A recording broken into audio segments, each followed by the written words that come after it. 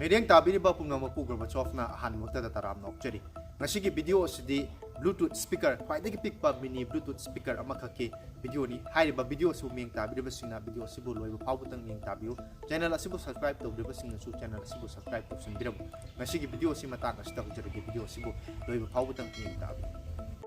ngasi mayamgi damakta pudun lakchari ba video si ekoi gi yamna mak smallest oi ba Bluetooth speaker amakakini hairiba Bluetooth speaker asigi pikpa gi chang si mayam ubiriba sin ege khubak ta thamba matamda koi khubak ki mayai sida adum pisak pikpa ege khutta siriba khudop asi lokthok charaga changdamnaraga yengba taraga su khudop ki ring asidagi khajik tani chawbi heliba hairiba speaker asina chawbi heliba se aduna hairiba speaker asi Bluetooth speaker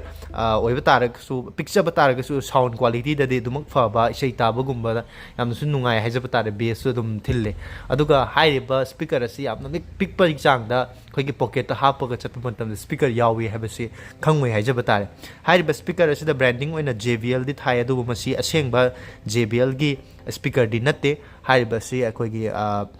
company gi duplicate hai batare duplicate copy gumbane masi hairiba speaker asi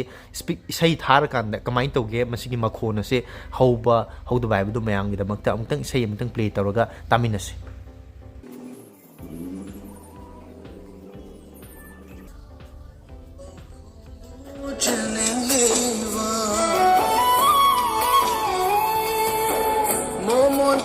can be my tonguna kari pau khongu chaneva lona yengliva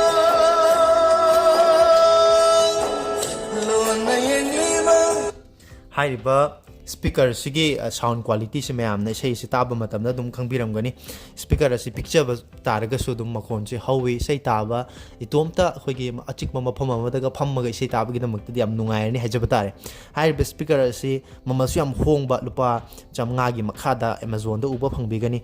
speaker asi gi leina gi link su ai nang asi gi video gi description da sung shoi da na hapcharam ge kari gumba speaker asi dom na leina gi damak ta pambi ba taraga su shoi da na makil link adu dagi changlaga yengba matamda laiba matamda dongge damakta khudong chagani haiduna hairiba link asi hapcharamge loinana mayamge damakta pujarakpani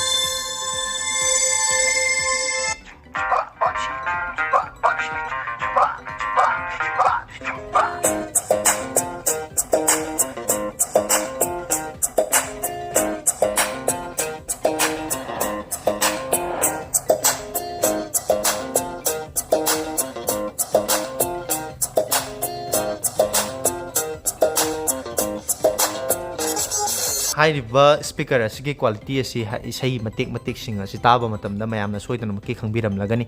speaker asibu charge tawna bagi damakta bagi micro USB port macha ma piri masidesida aduga sigi speaker sigi box ta koi micro USB cable macha aten ba makasu yaure aduga speaker asi koi yana bagi damakta kari gumba mari habatare kai gumba mari ama hang tawba yana bagi sidesida makun port khara su piri thudona masigi speaker asida ahen ba features yaude adomna sound kitang koi gi hoba pamba hai batare mobile gi speaker gumbada isai tabada nungai tabada gi kitang hoba pamba targa yamna su mini portable oiba puthok pusin yaba nungai ba speaker amakak yingbiram batara gadi masi mayam gi damakta afaba masu nungai ba speaker adu oigadra khanjabada gi ngasi gi video asi pujarakpani video asibu miyang tabriba singna video asibu like to sinbiramu channel asibu subscribe to tawdriba singna su channel asibu subscribe to sinbiramu tungda su asigumlaba mayam gi damakta kanaraba amadi nungairaba video kya pudun lakchage ngasi gi waina di video si matang asida loisinjari tungda nobo video amada amuk thengnarasi matam adu fawgi damakta di mayam punamakti gi kaina bagi yathang nizari